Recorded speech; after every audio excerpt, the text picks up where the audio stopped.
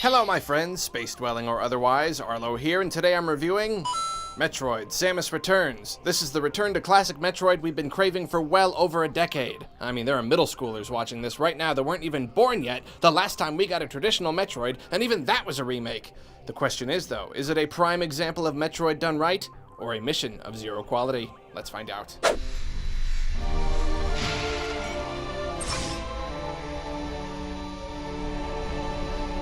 A quick note before we begin, this is the first 3DS game I've reviewed, and I lack the proper hardware to record 3DS gameplay because I'm super professional like that. So partially because it wouldn't be worth finding someone and forcing them to scrape up every bit of footage I could possibly need, and also because I don't want to spoil anything for you, I'm going to be talking over this footage, which was graciously donated by Alex only from Nintendo Life, and what you see isn't always going to match up with what I'm saying like in a regular review. Believe me though, so much of the game's fun comes from seeing it all unfold for yourself, so just imagine you're listening to someone reading a written review out loud while you watch Alex play the early section of the game. Show us how it's done, Alex. Let's get to it though. As even the name implies, Samus Returns is less a direct remake of Metroid 2 Return of Samus, and more a complete reimagining using the same basic map structure and the same overall goal. There are 40 Metroids on planet SR388, and Samus is tasked with exterminating each one, lest any more of them should fall into the hands of the space pirates who wish to weaponize them. And while this is somewhat tangential, I am grimly amused that the Federation, seemingly without even a second thought, has ordered the complete genocide of an entire species on their own planet of origin. A species that we know is at least sentient, though sapience is not out of the question, and Samus is completely okay with it. She's just like, alright, eradicate a species just so space pirates can't have them? I'll be done before lunch. Anyway, right from the get-go, the controls feel perfect. The most recent 2D Metroid I spent time with was Super, and it's certainly my favorite, so I constantly found myself comparing the two games. And when I did that, Samus Returns always came out on top in the controls department. Movement is snappy and responsive, and it feels great using the circle pad instead of a D-pad. I always have a hard time with jumping in Super, seeing as jumping then moving, and moving then jumping result in very different motions and levels of accuracy. It's always hard to land after spinning through the air, and I fall a lot because of it. The system returns here, but the two motions aren't as night and day. Spinning doesn't send you barreling sideways with about as much grace as an elephant. Movement has been refined to the point where landing exactly where you want to is easy, and every fall feels fair, like it's your own fault. And still on the subject of movement, another wrinkle in the overall masterpiece that is Super Metroid is the lack of a ledge grab. Jump at a ledge and get it all the way down to your ankle, and Samus refuses to use her arms or bend her body or even lift her foot 3 stinking inches in order to make the jump. Samus Returns though, as long as your head makes it to a ledge, you grab it. And there's no special item required like in some of the other games, and there aren't special glowy ledges which are the only ones you can climb like in Prime 3. You just sort of grab and climb ledges. And even better, you can hoist yourself up into small openings and instantly enter Morph Ball mode. This all gives the game a comfort and fluidity that I've never experienced in a Metroid game for all the series' strengths. I don't have to fight to get Samus where I want her to go. I don't have to constantly switch between modes. There isn't a long series of rules about where I can get to, what I can interact with, what opening is big enough. I just move through the world as though she's a mere extension of me, allowing me to focus on getting to my destination and killing all the dudes in my way. I'm happy to say she's got some new tricks in the killing department as well. Operating purely on stick plus shoot buttons, Samus works the same way she always has. She aims where you're pointing, whether that's up or down, or left and right plus diagonals while moving. Hold the L button though, and she stops moving and enters free aim mode. With this you can shoot at any angle your heart desires. Gone are the days of running into a guy again and again, trying awkwardly to reposition yourself so you can get the perfect angle. You can run and gun as usual, then switch to free aim in the blink of an eye to clean up the mess or take a shot without having to move into harm's way. Just as ledge grabbing and refined jump patterns do for movement, free aim vastly improves shooting. It enables you to do exactly what you're trying to do. It's a perfect evolution of Metroid combat and makes the game so much more fun. If moving and shooting once made up the core of Metroid's action though, that duo is now a trio. Samus Returns grants Samus a melee attack of all things, and again, it's not enabled by an item or anything like that. It's built right into the basic gameplay. When an enemy flashes, you know they're about to come right for you, and hitting the melee button at the right time will counter their attack, stopping all damage and opening up a chance for you to finish them off with 1 or 2 blasts. This is obviously a huge change for the series, certainly the biggest one the game has to offer, and I've seen some people put off by it. Personally, I can't say that it's a purely good or a purely bad thing. It brings some good stuff to the game, but it also comes with a few problems. On the good side, countering an attack and blasting a guy is just plain satisfying. It's the kind of action that simply feels good to pull off, the kind of cinematic flair that makes you feel like an awesome, shooty space lady. The mechanic also enables some really cool sequences and boss encounters. Countering a Metroid at the right time triggers a short animation where mashing the shoot button causes Samus to blast the crud out of it in a particularly exciting fashion. This is more cinematic flair, but it's also functional, causing a lot of extra damage.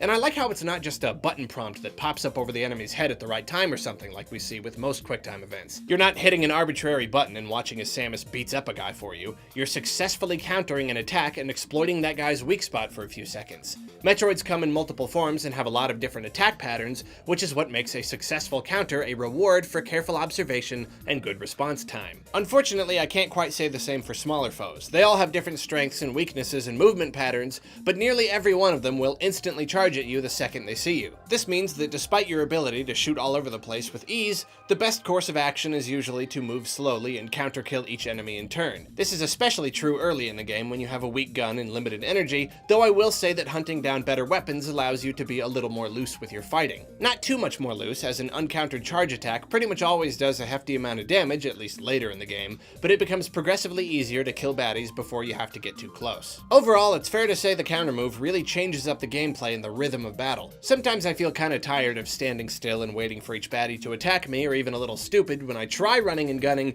only to take a bunch of damage and fail to kill a guy and end up having to stop moving and wait for the charge after all. But more often than that, I feel like a pro, smashing dude after dude, jumping right into the middle of danger and disposing of it swiftly because I know my enemy just that well and I'm just that cool.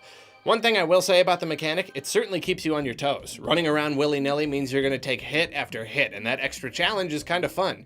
There's no spacing out in Metroid in here, you gotta be on pretty much all the time. Countering might streamline combat when you're looking to play really carefully, but the enemies you fight in Samus Returns, and by enemies I mean the innocent native fauna, the only crime of which is being in Samus's way, another thing I think is kind of funny sad, but I digress, are good fun. There's a nice variety of bads to take out with your boom booms, and none of them are overly annoying. You know, in some games, there's like that one guy that always gets you or that's invincible unless you switch to a specific item or something. There's only a tiny bit of switching needed for a few of them, but overall, they're enjoyable to slaughter by the hundreds and thousands. The only real bummer about them is their respawn rate. It's bad enough when baddies respawn the second you leave an area, but here they respawn when you move far enough away. I mean, just a few map squares will do it. You can clear out a bunch of monsters and jump down a small hole, then instantly climb back up only to find them all alive and well, ready to dash at you again. Like I said, you get better at killing them as you progress, and it's fun to kill them, so it's not the worst thing in the world, but it can be a little annoying at times. For bigger baddies, you've got 40 Metroids to hunt down and destroy, and I really loved having such a tangible goal throughout the entire experience. Each downed Metroid gets you a little closer to beating the game, especially considering killing enough Metroids will unlock a new area. They're awesome because each one is like a mini-boss of its own, though I will say these battles are somewhat lacking in variety. They come in a few different forms, but one or two more would have gone a long way. At first I was disappointed because these seem to exist in lieu of any actual full boss battles. You know, big crazy monsters, each one with unique attacks and requiring unique strategies, the really fun stuff. But thankfully, the latter part of the game provides a good number of true bosses, and each one is quite challenging and quite fun. Learning how to effectively avoid attacks is the name of the game, and finally conquering an extra tough foe is oh so sweet. Again, you know how in some games there's like that one boss that's just crazily unfair and it just takes dumb luck to beat it? Every battle in the game felt fair. There were enemies that took me a really good number of tries to beat, but every death was the result of me making a wrong decision or just not knowing how to avoid an attack. But persistence always won out, and none of the bosses gave me that annoyed, exasperated, finally kind of feeling when I beat them. It was always a feeling of great accomplishment, of this was a great challenge and I overcame it. Really, my only gripe as far as bosses/mini-bosses goes, that there isn't a lot of that satisfying build-up to killing a big boss followed by the reward of finding a great new item. There's some, but the vast majority of the time you just kind of hunt down Metroids and find items and abilities independently. As I said earlier, finding out what abilities the game gives you, or more specifically how they interact with the world around you, is a ton of fun. I mean, that's really just a Metroid thing, isn't it? We all expect to get missiles and morph balls and whatnot, but there's that rush when you have no idea what ability you're gonna get, and it's something you never would have guessed, and you can't wait to try it out. I love the abilities on offer here, and one of the things I love most about them is that most, if not all of them, feel genuinely useful. There are a handful of items in past games that don't offer a lot of utility. They just act as a convenient way to lock you out of an area, or they're only meant to be helpful, but just aren't. Flamethrower in Prime 1, anyone? But the upgrades here are all upgrades. They not only help you open doors and progress through the game, but they often serve multiple purposes and just plain make you stronger overall. It's not, oh good, now I have this item so I can kill these specific guys. Now I have this item so I can kill these specific guys. They increase your ability to move swiftly and easily through SR388, and it's extremely rewarding. There's only one item-based ability I want to talk about, and it was shown quite extensively in the game's trailers and whatnot, so it's not really a spoiler in my opinion. If you watched my first impressions video, you'll know that while I knew the spider ball was in the game, I didn't know exactly how it functioned. My only experience with it was in the Prime games where you need a track to move around on. I assumed this would be the same way, but I was very surprised to learn that nope, you can just climb around on any wall you want, as long as there aren't any spikes or sheets of weird goopy goo to stop you. Since Super and the Prime games are primarily where I have Metroided in my life thus far, I'm used to a lot of a game boiling down to reaching ledges. Like, so much of the gating in those games is done using height as an obstacle. Have you got the space boots, the grapple beam, the ledge grab thing, the screw attack? That's just how the levels are designed. So being able to crawl around on the walls really early in the game was really refreshing, and on top of that, you can spam morph ball bombs so quickly that you can basically jump up to wherever you want.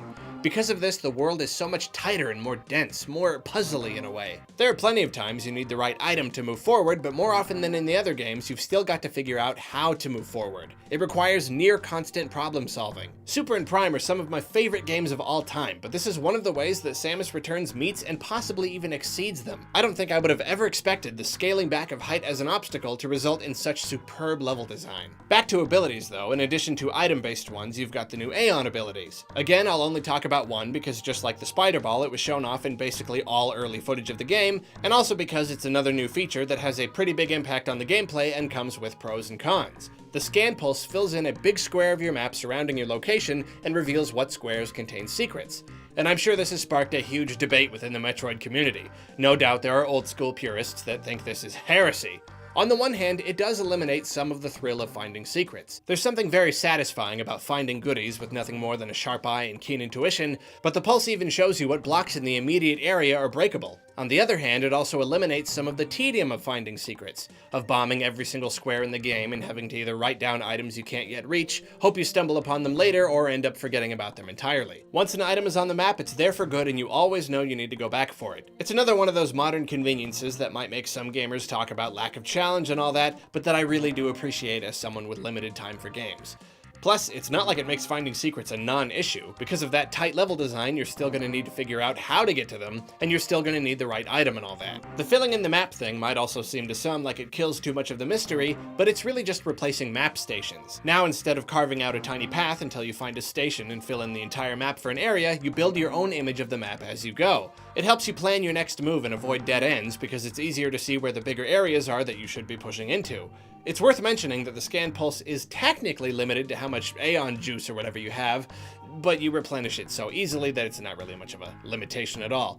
Hey, the great thing about it though is that if you think it's cheap and you want to find everything on your own, don't use it. You are in no way required to use it. As far as I can remember, not even one time. It'll be a little tricky getting around without a map station as an alternative, but the original Metroid 2 didn't even have a map, period, so there you go. One more thing that might make a purist's skin crawl but has me singing Mercury Steam's praises is the fact that the map is peppered with teleporters. Once found, any of them can warp you to any of the others. This is another big debate in the world of game design. Is backtracking only tedious, meant to pad out a game, or is it an essential part of world building, or is it a challenge to overcome by gaining abilities and planning ahead and learning the terrain? How much is too much? How much is too little? Do modern games coddle gamers? Etc.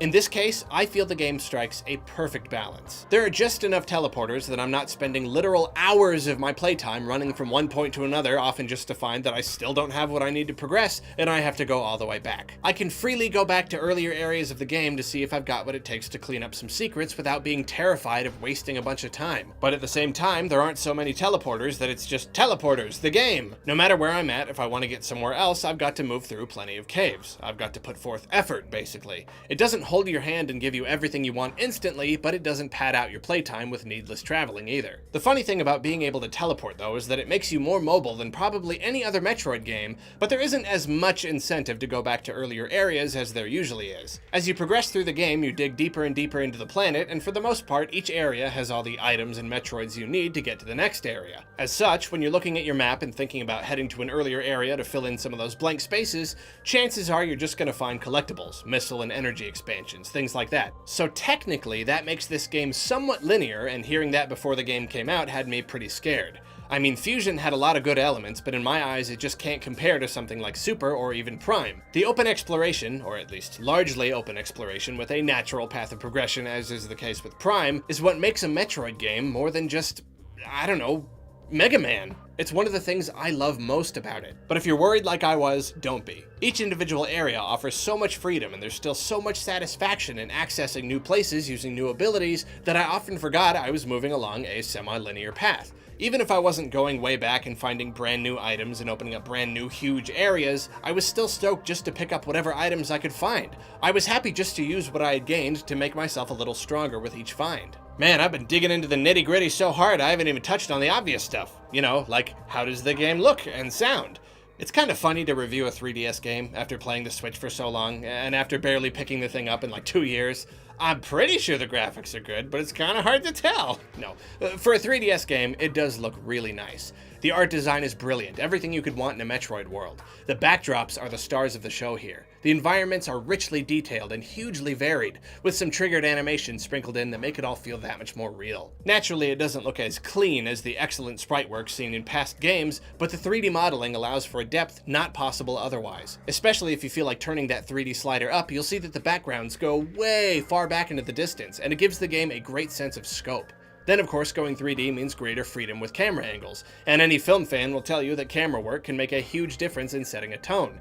It can pan around during cutscenes, zoom in during action sequences, whatever it wants to ramp up the excitement. The music is wonderful. A lot of it is very atmospheric, and it establishes a great mood. It shifts fluidly between serenity and foreboding. It paints a picture of this dark, strange, fantastical alien world nearly as well as the actual visuals do. Then, of course, you've got a good number of those old Metroid hits in the jukebox that will have you humming along, and I will take any number of versions of the Hot Place song that the series can throw at me. I found myself consistently impressed with the sound design. Every little sound effect adds further to that mood. The satisfying blast of your beam, the cries of the alien creatures, the drone of machinery, it's all expertly crafted. Headphones are a must here. The game uses many of the sounds from Metroid Prime, and this of course plays wonderfully on my nostalgia. Just hearing this stuff again in a new game gets me all giddy. So let's talk a little about length. I've been hoping and wishing for a Metroid 2 remake on 3DS for a long time, though I was always positive that it wouldn't end up being that much longer than the original. Metroid 2 is like a 4 or 5 hour game. I thought maybe they would bump it up to 6 or 7 if we were really lucky, but I'm happy to say that Samus Returns nails the sweet spot as far as length goes. The world is huge, and the game reaches its satisfying conclusion right when it feels like it should. After the credits rolled, I found that my 14.5-hour playtime netted me 67% of the game's items, and it took me 2 more hours to comb through and pick up the rest. And you know what? I don't think that playtime counts retries and loading animations and whatnot, because my 3DS's activity log says I spent 21.5 hours in-game when all was said and done.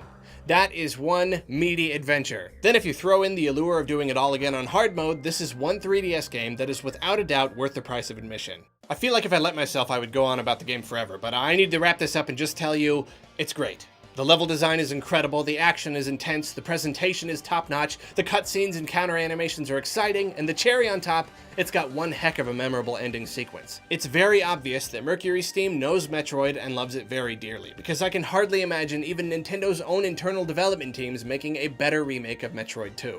And really, if there's anything that held this game back a little, it was having to rely on that source material. There's no doubt in my mind that if Mercury Steam is ever allowed to make a brand new Metroid game, it's gonna be even better, maybe even good enough to dethrone Super. I mean, they've got the mechanics, the controls, the atmosphere, they've got it all down, and they've even refined it all. Now they just need the permission to make the game world itself and let their level designers really go to town.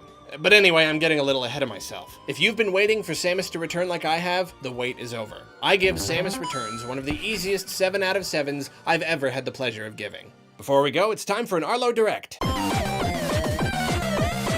Today I'm answering 2 common questions. Are you gonna review Pokken Tournament DX? And are you gonna review ARMS? Which sometimes presents itself as, why didn't you review ARMS? Or, hey, review ARMS! The answer to this is that I'm really just not into fighting games outside of Smash. ARMS in particular is just not my thing. Nothing wrong with it, I just don't find it fun.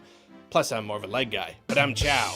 No, but if I were to review either of these games, my perspective would be unfairly skewed. I mean, there's only so much you can say about a game when you're not enjoying it, because it's not your thing. I could praise the graphics or the modes or whatever and talk about how maybe if I liked fighting games, I might be having fun. Nah, it's best to just spend my time on other things and let everyone else do the reviewing on those ones. I guess that's one of the downsides to being just a guy who reviews games, rather than, a whole publication with a team of people who review games. I do reviews based on my own tastes, on what games catch my interest, and of course based on what I, have time for. See you next time for another enlightening Arlo Direct. This video was brought to you in part by my top patrons, those fine fellows and fellowettes listed above. If you'd like to help me get closer to my dream of YouTubing full-time, head on over to my Patreon, where you can get behind-the-scenes updates on what I'm working on and chat with me and your fellow fans for as little as $1 a month. See ya!